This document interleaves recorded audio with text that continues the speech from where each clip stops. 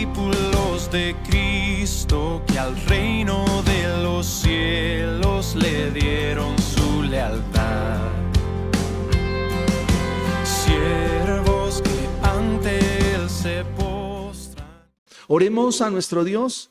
Le pido que incline su rostro y que pueda cerrar sus ojos y orar a Dios. Padre, en el santo y glorioso nombre de Jesucristo, tu Hijo amado, queremos darte gracias, Dios mío, en esta mañana.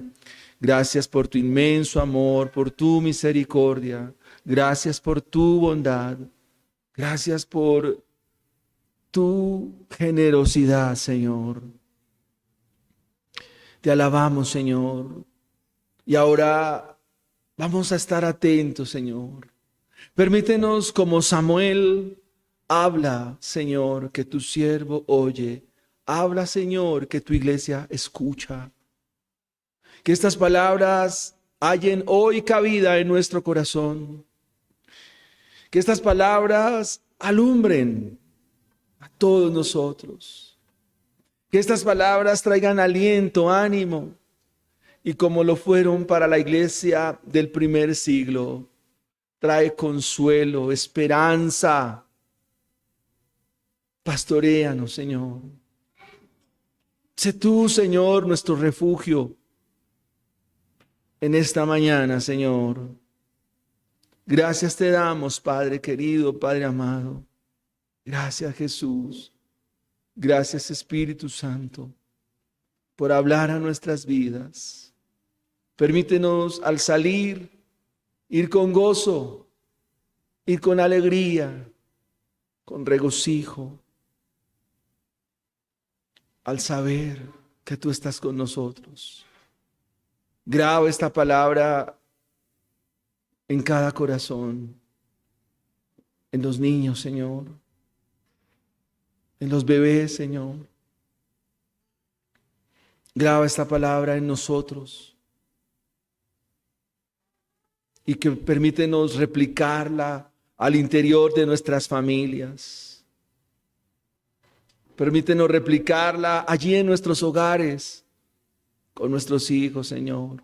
Ese es el mayor encargo y la mayor tarea. En Cristo Jesús te lo pedimos, Padre, para la gloria de tu santo nombre. Apocalipsis, capítulo 8, mis hermanos. Hay un trompetista contemporáneo, su nombre es Jean-Claude Borelli. Es un trompetista francés y es considerado como uno de los mejores trompetistas de la historia. En la música clásica se destaca por sus obras. Se destaca porque su trompeta, el sonido, la forma magistral como ejecuta este instrumento, da al oído de quien escucha un deleite. Es todo un deleite escuchar a Borelli. Sin embargo, hay sonidos que no nos gustan escuchar. Por ejemplo, el que vamos a estar considerando en la mañana de hoy. El capítulo 8, del versículo 1 al versículo 6, nos describe que van a sonar unas trompetas. Y no precisamente las de Borelli, sino que estas trompetas van a sonar para una advertencia. Estas trompetas van a sonar para advertir a la humanidad incrédula, para advertir a la humanidad impía, para advertirle al que ha rechazado el evangelio, para advertirle a todo aquel que está sin Cristo. Para eso van a sonar estas trompetas. Pero para los que han creído al evangelio, para los que han abrazado las verdades del evangelio y han puesto su corazón en la palabra de Dios, serán sonidos de gozo. Sonidos de gozo. Ese es el título de nuestro sermón. Toque de advertencia, pero sonido de gozo. toque de advertencia, pero sonido de gozo. La sección de hoy, que va desde el versículo 6 hasta el versículo 13, dice así, y leo en favor de ustedes, mis hermanos, la palabra del Señor. Y los 7 ángeles que tenían las 7 trompetas se dispusieron a tocarlas. El primer ángel tocó la trompeta y hubo granizo y fuego mezclados con sangre que fueron lanzados a la tierra. Y la tercera parte de los árboles se quemó y se quemó toda la hierba verde. El segundo ángel tocó la trompeta y como una gran montaña ardiendo en fuego fue precipitada en el mar. Y la tercera parte del mar se convirtió en sangre. Y murió la tercera parte de los seres vivientes que estaban en el mar, y la tercera parte de las naves fue destruida. El tercer ángel tocó la trompeta y cayó del cielo una gran estrella, ardiendo como una antorcha, y cayó sobre la tercera parte de los ríos y sobre las fuentes de las aguas. Y el nombre de la estrella es Ajenjo. Y la tercera parte de las aguas se convirtió en ajenjo, y muchos hombres murieron a causa de esas aguas amargas. El cuarto ángel tocó la trompeta y fue herida la tercera parte del sol, la tercera parte de la luna y la tercera parte de las estrellas, para que se oscureciese la tercera parte de ellos. No hubo luz y hubo oscuridad la tercera parte del día, asimismo de la noche. Y miré y oí a un ángel volar por el medio del cielo, diciendo a gran voz: ¡ay, ay, ay de los que moran en la tierra, a causa de los otros toques de trompeta que están para sonar los ángeles! Amén. Toque de advertencia, pero sonido de gozo. Quisiera en 3 encabezados poder exponer esta porción de las Sagradas Escrituras, entendiendo que es la palabra de Dios. Entendiendo que cuando los creyentes al final del primer siglo leían esto que Juan escribe desde Patmos, lo entendían como debemos entenderlo nosotros. Es la palabra de Dios. Por supuesto, tiene unos aspectos para interpretar y considerar. Vamos a mirar en primera instancia la interpretación del texto. En segunda instancia estaremos mirando la explicación de lo que nos quiere decir el texto.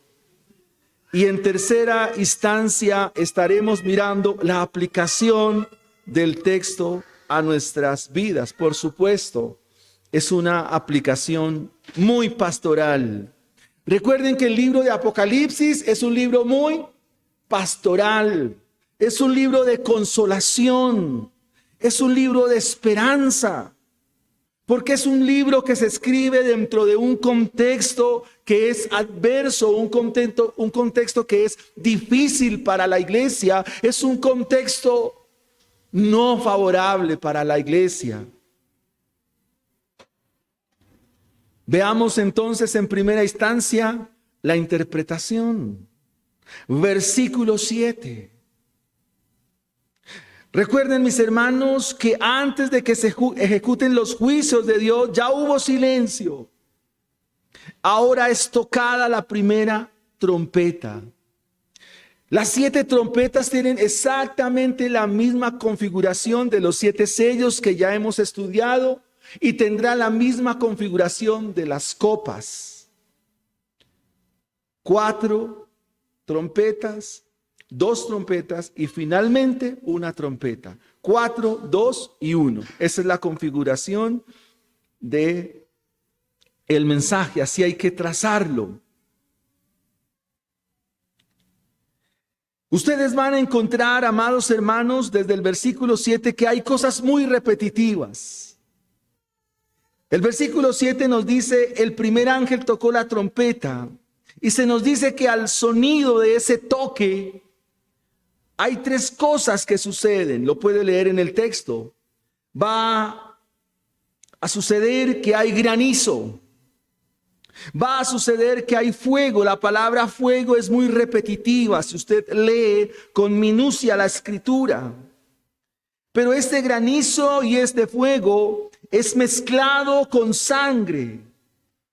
Y este hecho, esta acción al toque de la trompeta, produce algo cuando es lanzada a la tierra.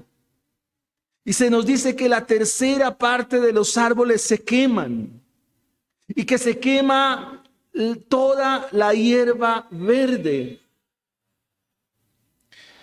Si ustedes miran, amados hermanos, una frase que se repite también es la tercera parte, la tercera parte, la tercera parte.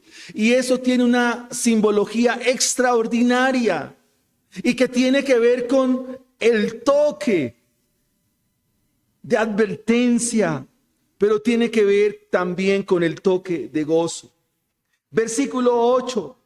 El segundo ángel toca la trompeta y se nos dice que una gran montaña ardiendo en fuego, otra vez se repite la palabra fuego, es precipitada en el mar. Y la consecuencia es que la tercera parte del mar se convierte en sangre.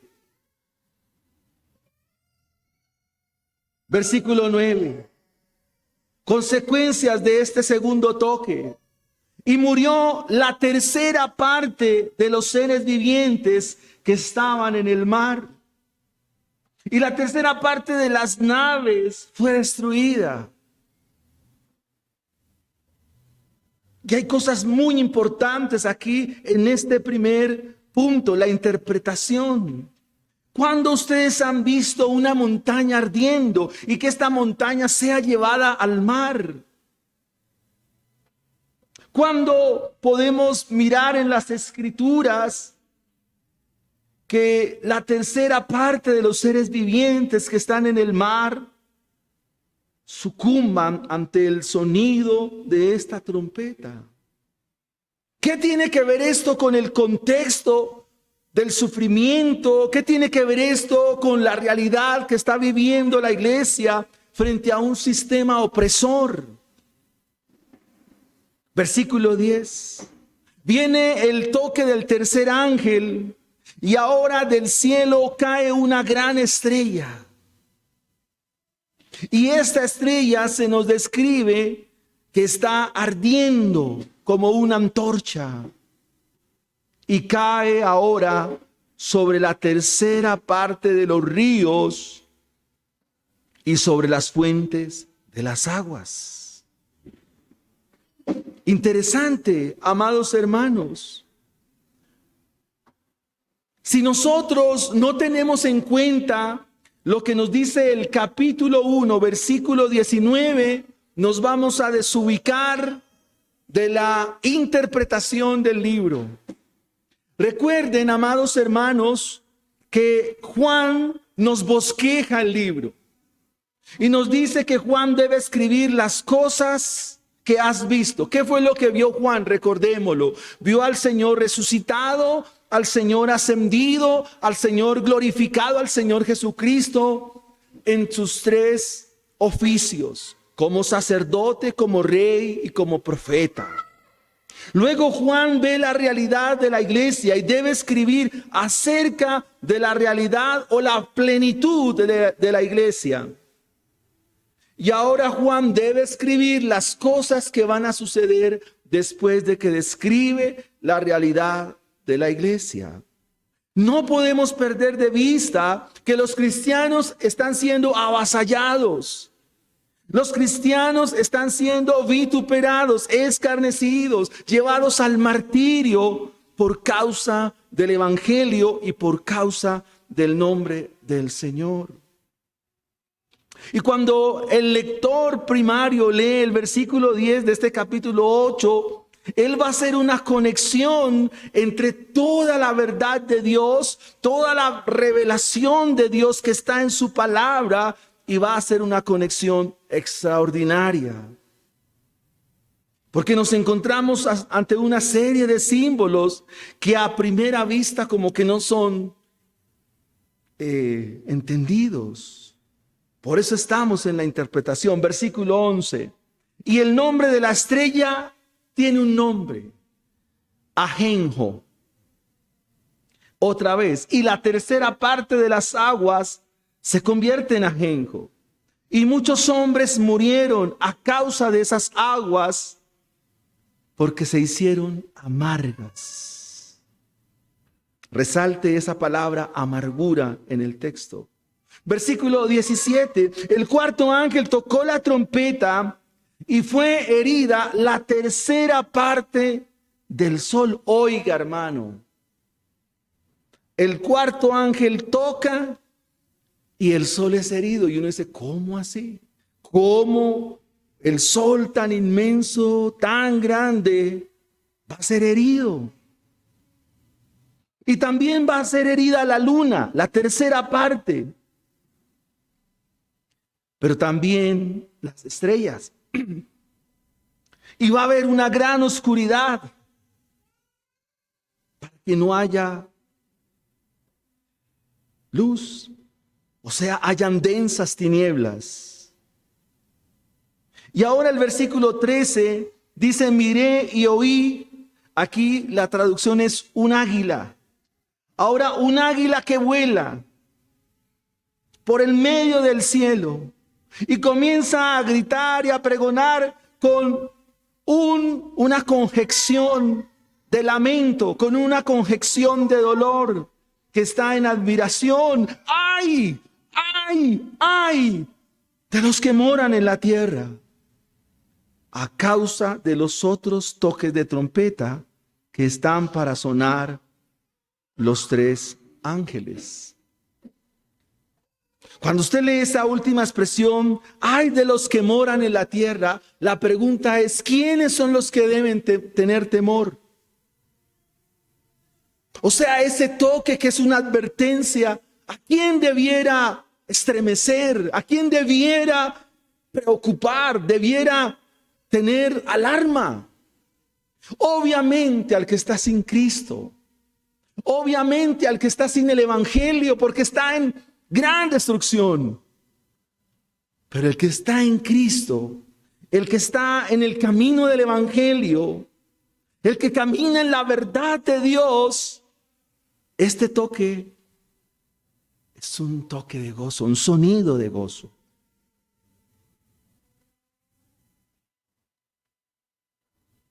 Ustedes dirán, y bueno, hermano, ¿y qué es lo que significa esto?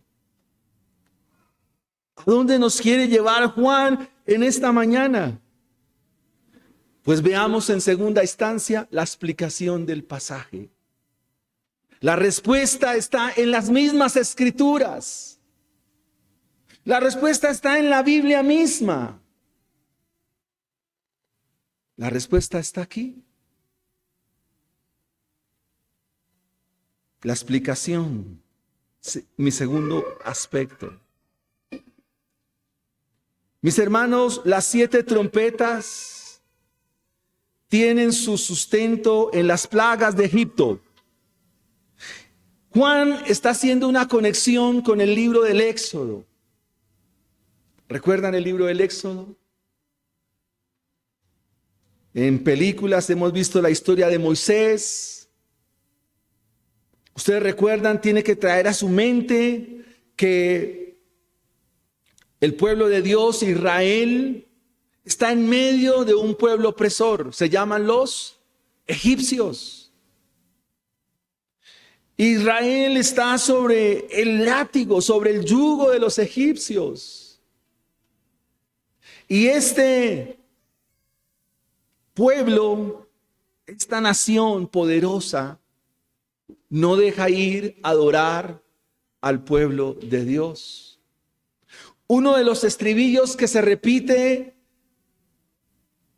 en el libro del Éxodo, por lo menos en los 10 primeros capítulos, que es lo que Moisés le dice una y otra vez a Faraón, ¿qué es? Faraón, deja ir a que el pueblo adore al Dios vivo y al Dios verdadero.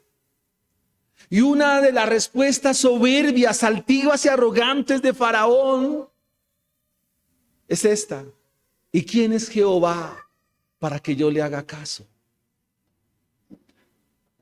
Y quiero hacer una aplicación con usted directa en esta mañana. Cuando tú eres desobediente a la palabra de Dios, aunque no dice quién eres Jehová para que le haga caso, implícitamente estás portándote orgullosamente y altivamente y arrogantemente como lo hizo Faraón. Porque cuando no obedecemos al Señor y no obedecemos los principios de la vida cristiana, estamos diciendo, ¿y por qué debo obedecer? ¿Y para qué debo obedecer? Es una posición soberbia, una posición arrogante. Tenga en mente eso. En la antigüedad está el pueblo de Dios, está bajo el yugo y la esclavitud de una potencia mundial. Ellos quieren, Moisés es comisionado para libertar a Israel y para que vaya y ofrezca a Dios, pero el faraón no los deja ir, se ensoberbece, se le endurece el corazón. Y Juan está haciendo la misma conexión con estas trompetas.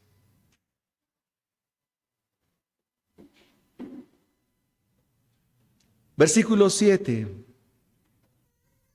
El primer ángel toca la trompeta, hay granizo, fuego y mezclado con sangre. Y pido que me acompañe, por favor, al libro del Éxodo, capítulo 9.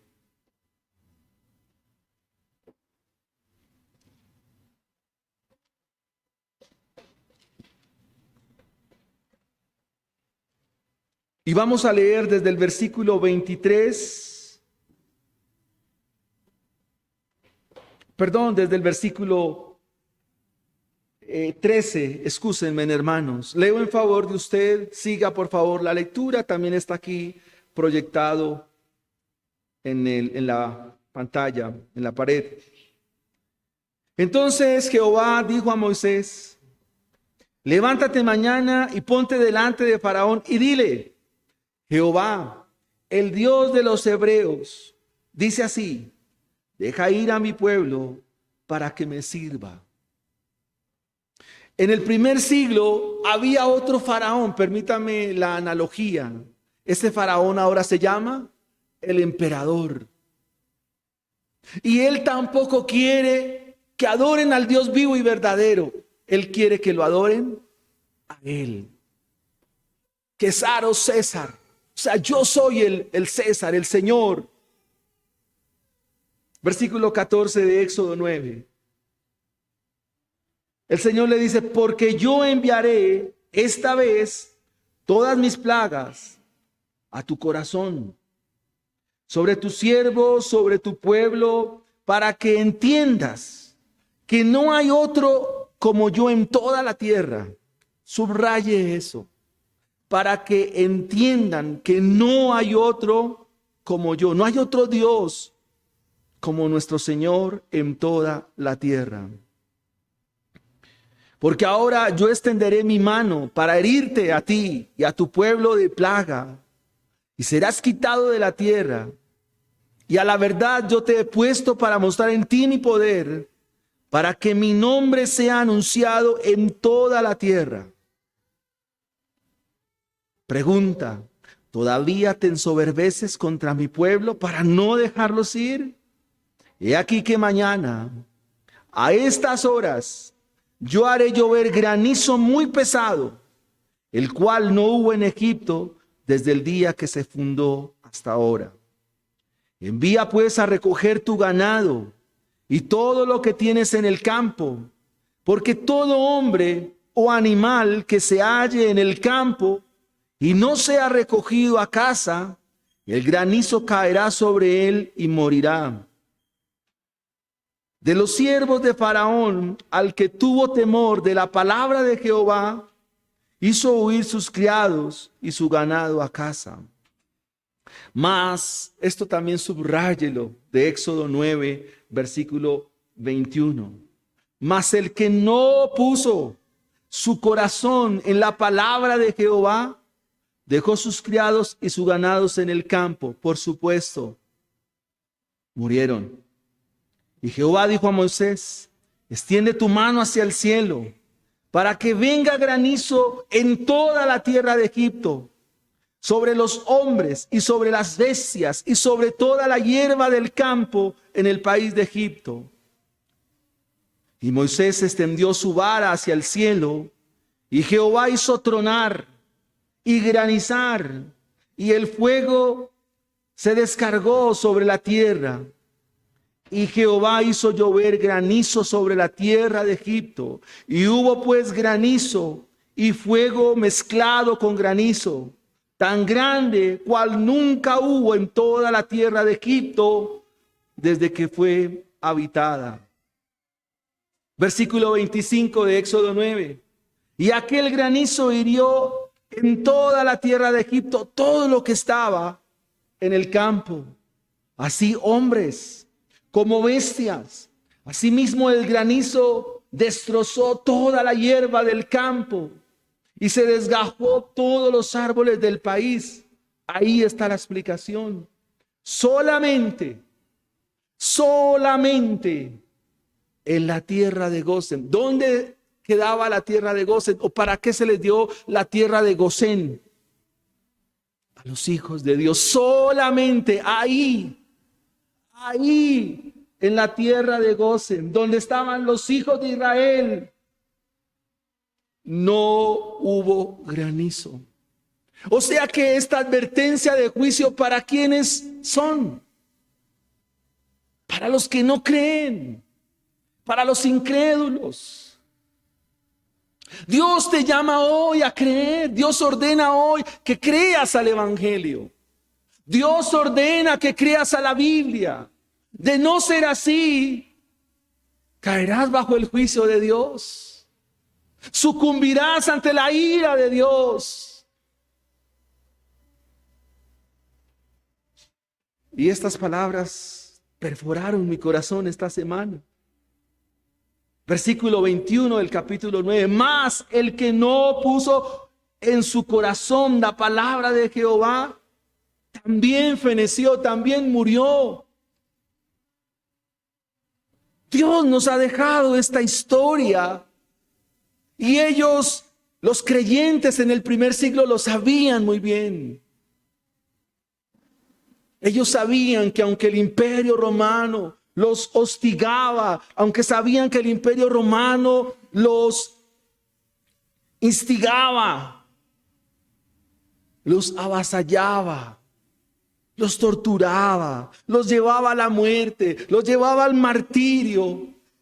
Ellos sabían que Dios tomaría estos hechos y les haría pagar.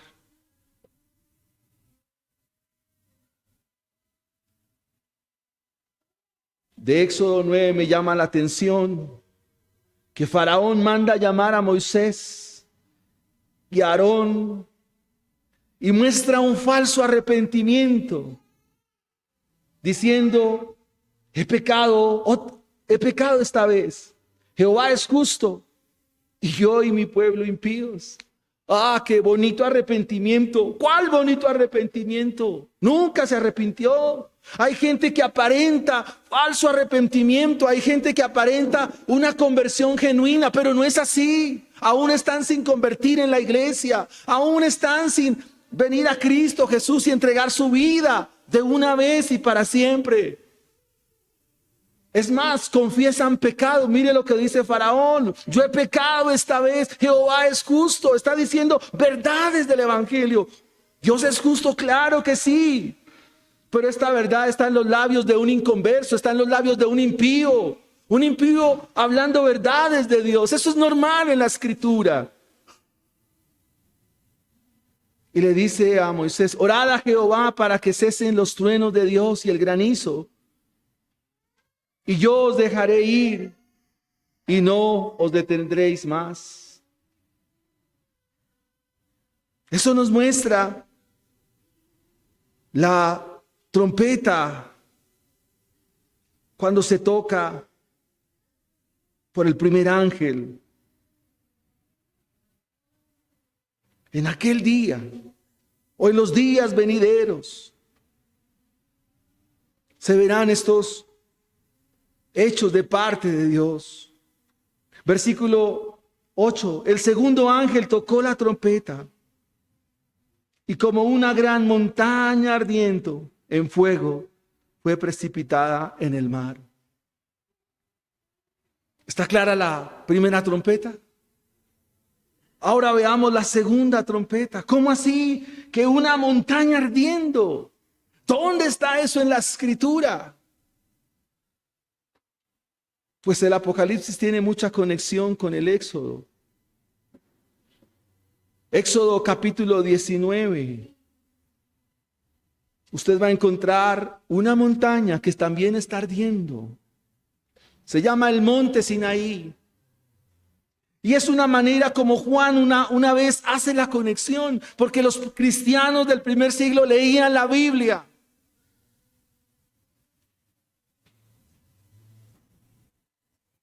Algo que me enseñó un profesor en la universidad es que en Apocalipsis se lee como la palabra de Dios. No hay que buscar ninguna forma de interpretación. Léalo como la palabra de Dios y indague por la Biblia. Dios le va a llevar a la verdad. En Éxodo 19 se nos va a decir en el versículo 16 en adelante que al tercer día, cuando vino la mañana, vinieron truenos, relámpagos y espesa nube y el sonido de bocina muy fuerte. ¿Lo ven? Y se estremeció todo el pueblo que estaba en el campamento. La descripción de esta montaña es una montaña que está ardiendo. El Sinaí humeaba, dice la Escritura. Que el sonido de la bocina iba aumentando en extremo. Moisés hablaba, Dios le respondía con voz tronante. Y descendió Jehová sobre el monte Sinaí, sobre la cumbre del monte. Y llamó Jehová a Moisés a la cumbre del monte, y Moisés subió. Y Jehová dijo a Moisés, desciende, ordena al pueblo que no traspase los límites para ver a Jehová, porque de seguro morirá multitud de ellos. ¿Qué tiene que ver esta montaña ardiendo? Es la manera como Juan trae a la mente que Dios va a descender, que Dios va a venir y que ese día vendrán truenos, verán relámpagos, verán la conmoción de todas las cosas. Ahora descifremos este código que está aquí, la tercera parte. Vaya por favor al capítulo 6. Volvamos a mirar los sellos.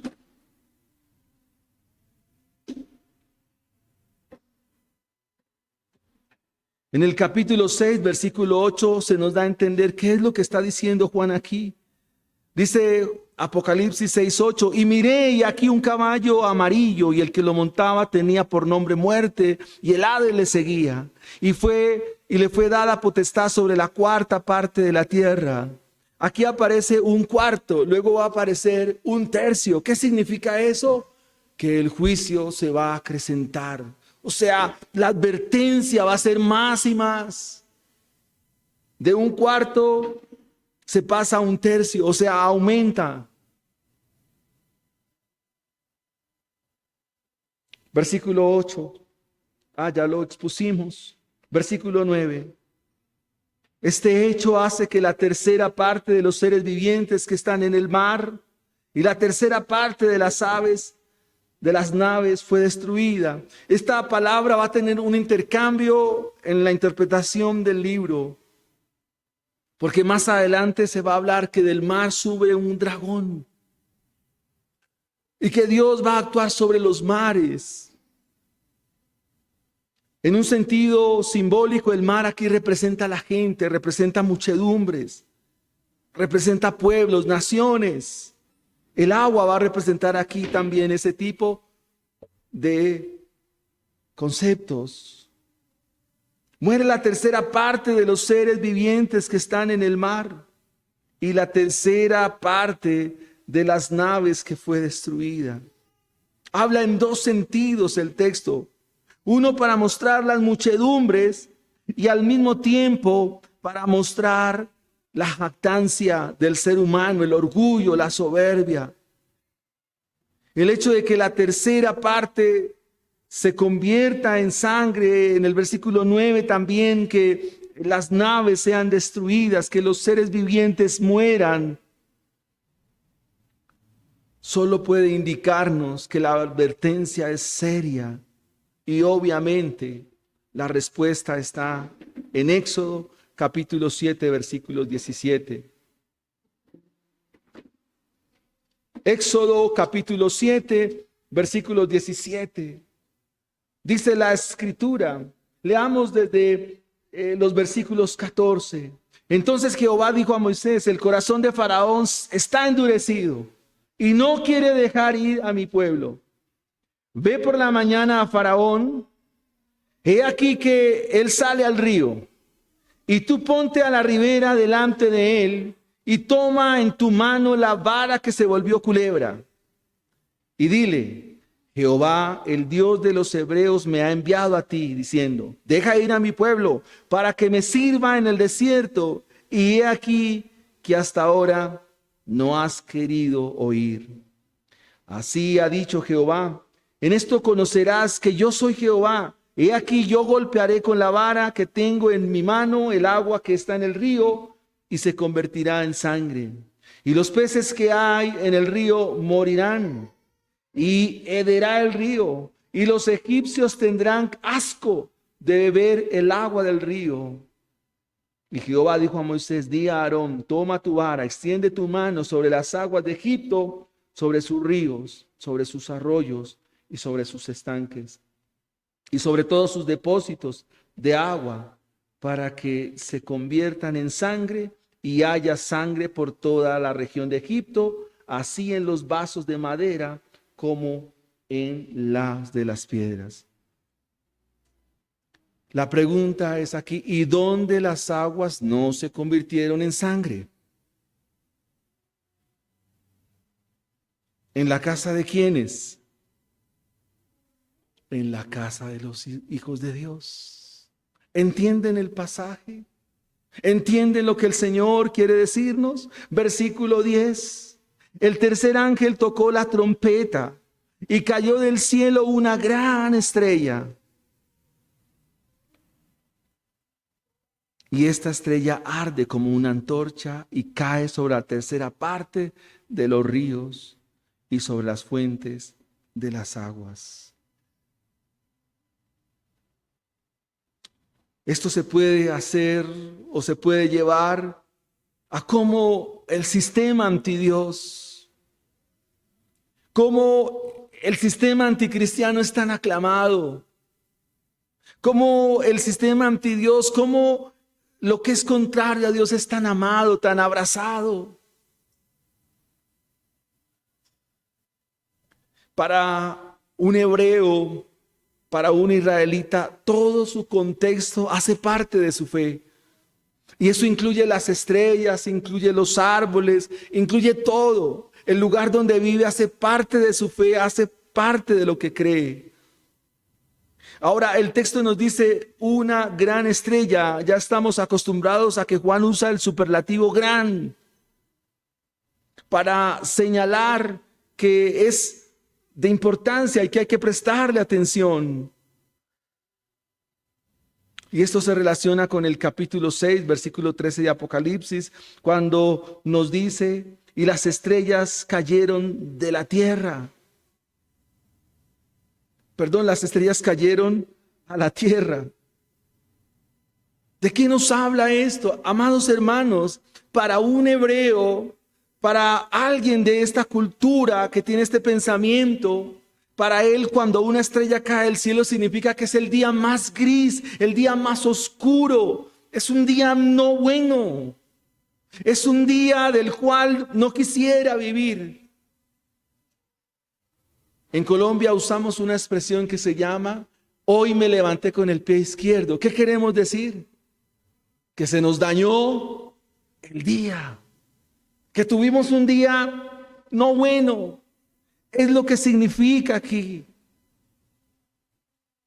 Cuando se toca la trompeta, caen las estrellas del cielo. El autor sagrado está asociando esta realidad que está en el libro de Joel para indicarle a su pueblo que para los impíos, recuerden que la trompeta es una advertencia, para que no creen el evangelio, habrá un día terrible, como si cayeran las estrellas del cielo, que será un día caliente, porque es como una antorcha que arde, y que esto caerá sobre la tercera parte de los ríos, sobre la fuente de las aguas. Y esta es una clara referencia a lo que produce o hace el sistema antidios. De hecho, la estrella se le va a dar un nombre. El nombre de la estrella es ajenjo. Y en el Antiguo Testamento el ajenjo está vinculado con la idolatría. ¿Por qué las gentes, por qué las naciones, por qué la sociedad, por qué la cultura vive tanto en amargura? ¿Por qué vive tanto en desazón? ¿Por qué viven en tristeza, en lágrimas? Por una razón: porque viven en la idolatría. Si usted mira, por ejemplo, Deuteronomio 29, allí se nos describe lo que significa el ajenjo. Deuteronomio capítulo 29, versículo 17. Dice: y habéis visto sus abominaciones. Se está refiriendo el Señor al vecino pueblo de Israel que se llama Moab. Y habéis visto sus abominaciones. Ustedes han visto sus ídolos de madera y de piedra, de plata y oro, y que tienen consigo: no sea que haya entre vosotros varón o mujer o familia o tribu cuyo corazón se aparte hoy de Jehová nuestro Dios para ir a servir a los dioses de sus naciones. No sea que haya en medio de vosotros raíz que produzca hiel y ajenjo. Está describiendo el Señor la idolatría como una amargura. O díganme ustedes si alguien que es esclavo de las drogas no vive en amargura. Dígame a alguien que vive esclavo del trago, del alcohol, no vive en amargura y no genera amargura a los que lo rodean, a su familia. Díganme ustedes si no produce amargura todo aquel que vive esclavo de un yugo. Eso es lo que produce el no vivir en Cristo, el no estar en Cristo Jesús, el estar fuera de Dios, distanciado de Dios. Pero ¿qué hay de los ídolos que también tenemos en nuestro corazón? Como su orgullo. A veces a usted el ser orgulloso le produce amargura, porque le cuesta ser sumiso y bajar su cabeza y ser dócil, porque su corazón sigue siendo un corazón soberbio, arrogante. Eso también produce amargura. Y tenga en cuenta que los que se humillan son enaltecidos, que Dios a los humildes los mira de cerca, pero a los arrogantes, a los soberbios, Dios los mira de lejos. Eso produce amargura, porque la amargura es estar lejos de Dios. ¿Qué es la idolatría? Cuando tú pones o quieres encontrar significado en algo que no es Dios. Eso es idolatría. Cuando tú buscas sentido para tu vida en todo lo que es distinto a Dios, eso se llama idolatría.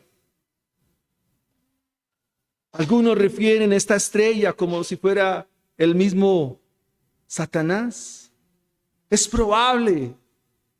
El caso es que vivir sin Dios El tener días amargos, días oscuros, no es más que la realidad de vivir sin el Evangelio. No es más que la realidad de estar sin Cristo. Queridos hermanos, reflexionen sobre esto. Si nosotros estamos en Cristo Jesús y caminamos en el Evangelio, aunque el día no lo veamos favorable, la Biblia nos dice que con ese día viene su propio afán, que confiaremos, que nos gocemos y nos alegremos.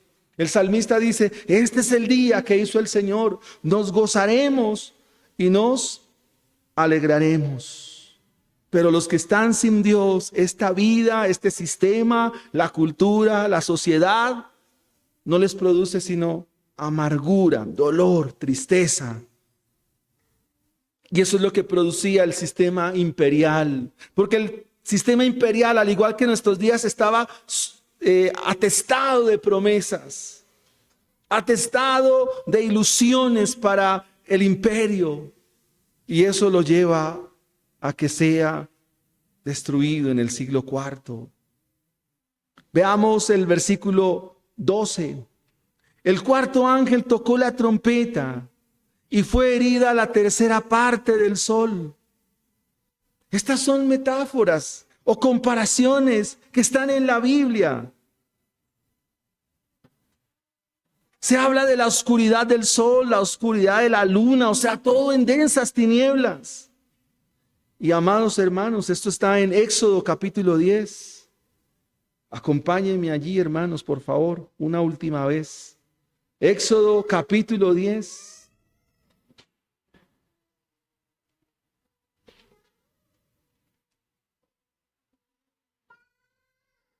Éxodo capítulo 10, versículo 21. La oscuridad está en otros pasajes de la Biblia, pero es la conexión que hace Juan. Éxodo capítulo 10, versículo 21.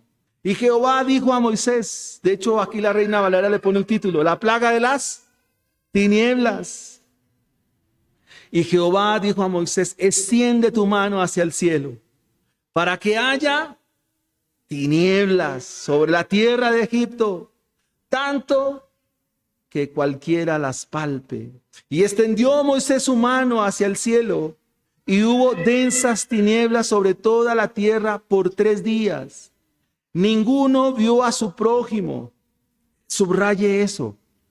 O sea, podía tener delante a su hijo y no lo podía ver. O sea, es una oscuridad inmensa. Una oscuridad, perdónenme, en el retruécano, muy oscura. Densas tinieblas sobre toda la tierra de Egipto por 3 días. Ninguno vio a su prójimo, ni nadie se levantó de su lugar en 3 días. Mas todos los hijos de Israel, esto es maravilloso, ¿qué tenían? Habían pagado el recibo. Sí, Señor. Los israelitas, ¿qué tenían? Luz. ¿Cómo vivían el pueblo opresor? En tinieblas. ¿Sabe qué dice la Biblia, queridos hermanos? ¿Qué dijo el Señor Jesucristo? Yo soy la luz del mundo. Y el que cree en mí no anda en tinieblas. Estos vivían en tinieblas, ¿por qué? Porque no tienen la luz del Evangelio. Se estrellan constantemente y erran todo el tiempo. Y se nos dice acá el versículo 13 que un águila está volando en medio del cielo. ¿Y qué está diciendo? Ay, ay, ay. ¿Ay de quiénes? De los que están sin Cristo. Ay de ti si no tienes el Evangelio en tu vida. Ay de ti si no estás en arrepentimiento. Ay de ti, ay de tus hijos. Hermano, ya esto lo he dicho varias veces. Hoy ve y predícales, ve y háblales del Evangelio. Háblales, diles el peligro en el cual están. Háblales las verdades del Evangelio con denuedo, con temor. Dios está contigo, nadie le puede hacer frente a la palabra del Señor.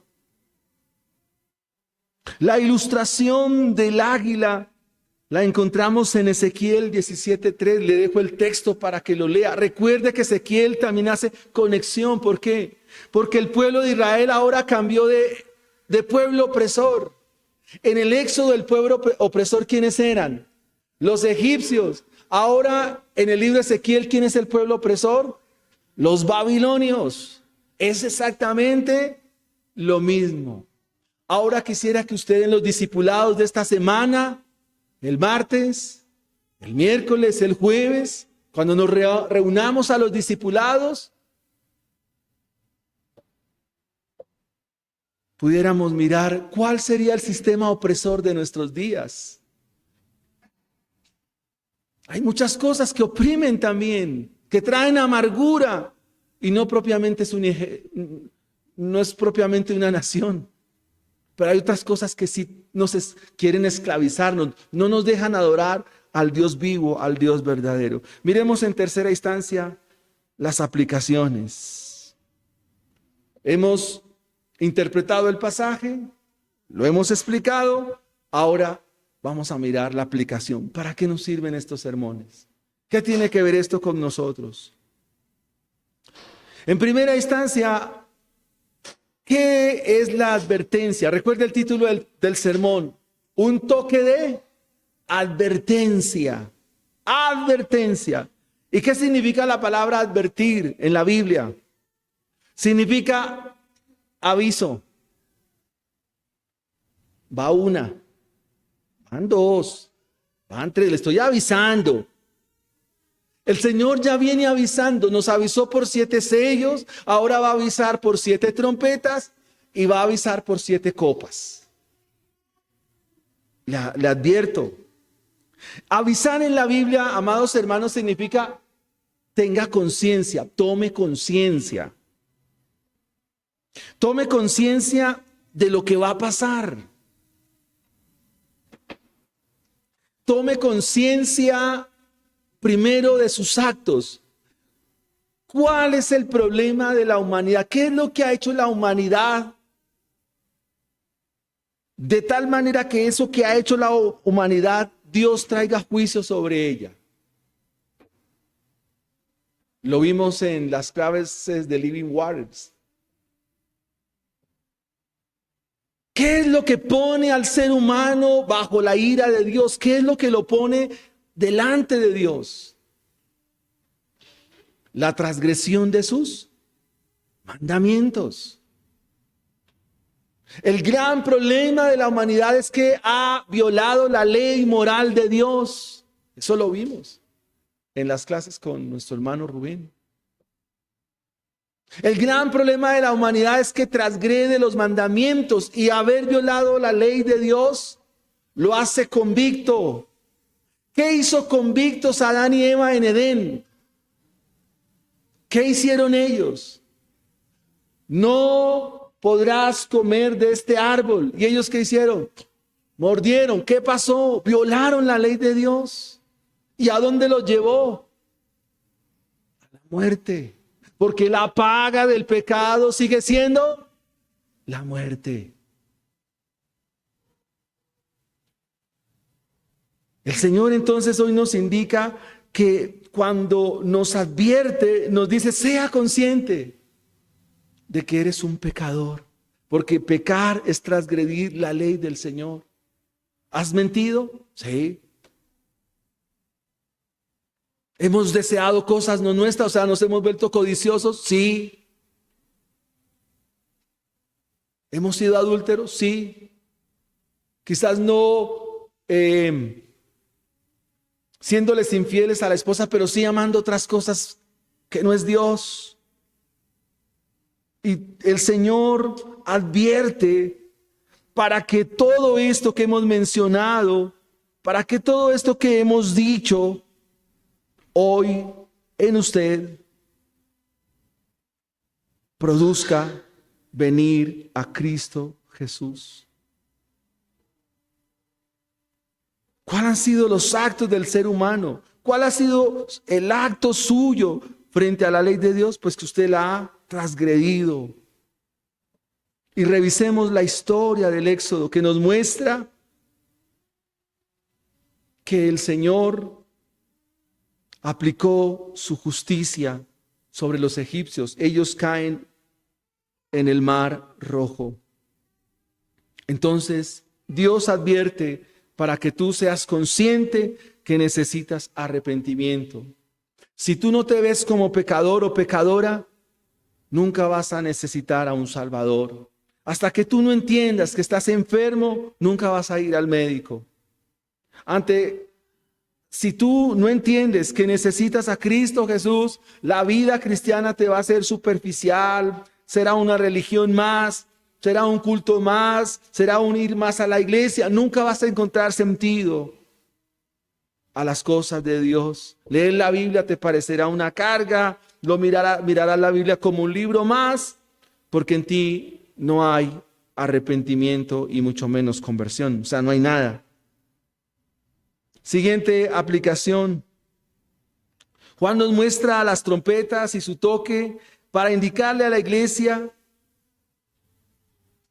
que el sistema opresor será tomado en la mano de Dios y que Dios lo juzgará, pero que Dios liberará a su pueblo. Y esa es la idea del Éxodo, amados hermanos. La idea en el Éxodo es que Dios juzgó al pueblo opresor, pero libertó a su amado pueblo. Eso es la idea del Éxodo. Dios juzgó al sistema opresor, pero libertó a su pueblo amado. Ahora, ¿ven las dos realidades ahí en el texto? Uno, la justicia de Dios, pero también ve la libertad de Dios y tanto, la misma acción en el Éxodo obra las dos cosas. Y esto tiene que llevarnos al Calvario mismo. En el capítulo 12 del Éxodo, ¿qué se hizo para que los israelitas no fueran llevados a la muerte cuando pasó el ángel de la muerte? ¿Qué tuvo que haber hecho el pueblo? Un cordero. Ojo, el evangelio, Jesucristo, un cordero. Y la sangre de ese cordero fue puesta en el dintel. Y los que estaban ahí no murieron. Pero ese mismo acto o esa misma realidad no estuvo sobre los ¿quién? Sobre los egipcios. ¿Y qué pasó? Murieron los primogénitos. En la cruz del Calvario pasa lo mismo. Para nosotros, el confiar en Cristo Jesús y en su obra nos libra de la ira de Dios. Pero quien rechaza esta verdad caerá bajo la justicia de Dios. Esa es la seria advertencia que hace el libro en esta mañana. 3 siglos después, amados hermanos, en la historia que nos cuenta un historiador del siglo III, dice que algunos romanos, algunos soldados y algunos integrantes de las legiones romanas también creyeron al evangelio. O sea, fueron salvos por creer a Cristo Jesús. Tercera y última aplicación, amados hermanos. Juan nos muestra las trompetas y su toque para indicar a la iglesia que el Señor un día vendrá. Hebreos capítulo 12, versículos 18 al 24 nos dice: porque no os habéis acercado al monte que se podía palpar y que ardía en fuego, a la oscuridad, a las tinieblas y a la tempestad, al sonido de la trompeta y a la voz que hablaba, la cual los que la oyeron rogaron que no se hablase más, porque no podían soportar lo que se les ordenaba. Si una bestia tocar el monte, será apedreada o pasada con dardo. Y tan terrible era lo que se veía que Moisés dijo: estoy espantado y temblando.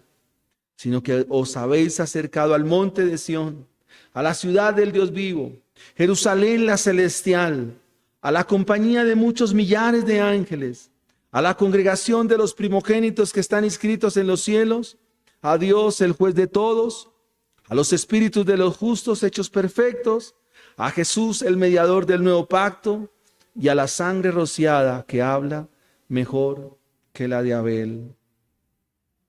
Lucas 21 al 25, 28 dice: entonces habrá señales en el sol, en la luna y las estrellas, y en la tierra angustias de gentes, confundidas a causa del bramido del mar y de las olas, desfalleciendo los hombres por el temor y la expectación de las cosas que sobrevendrán en la tierra, porque las potencias de los cielos serán conmovidas.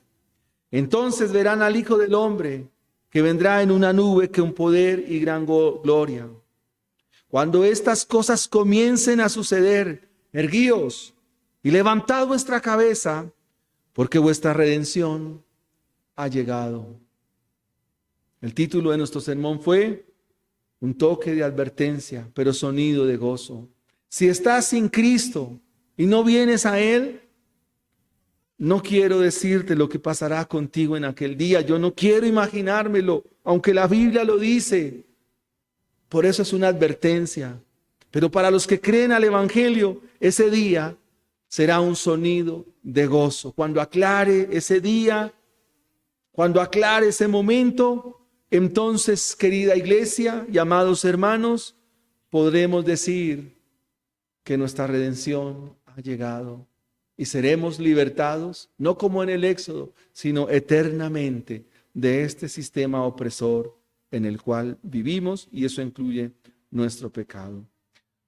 Oremos al Señor, incline su rostro.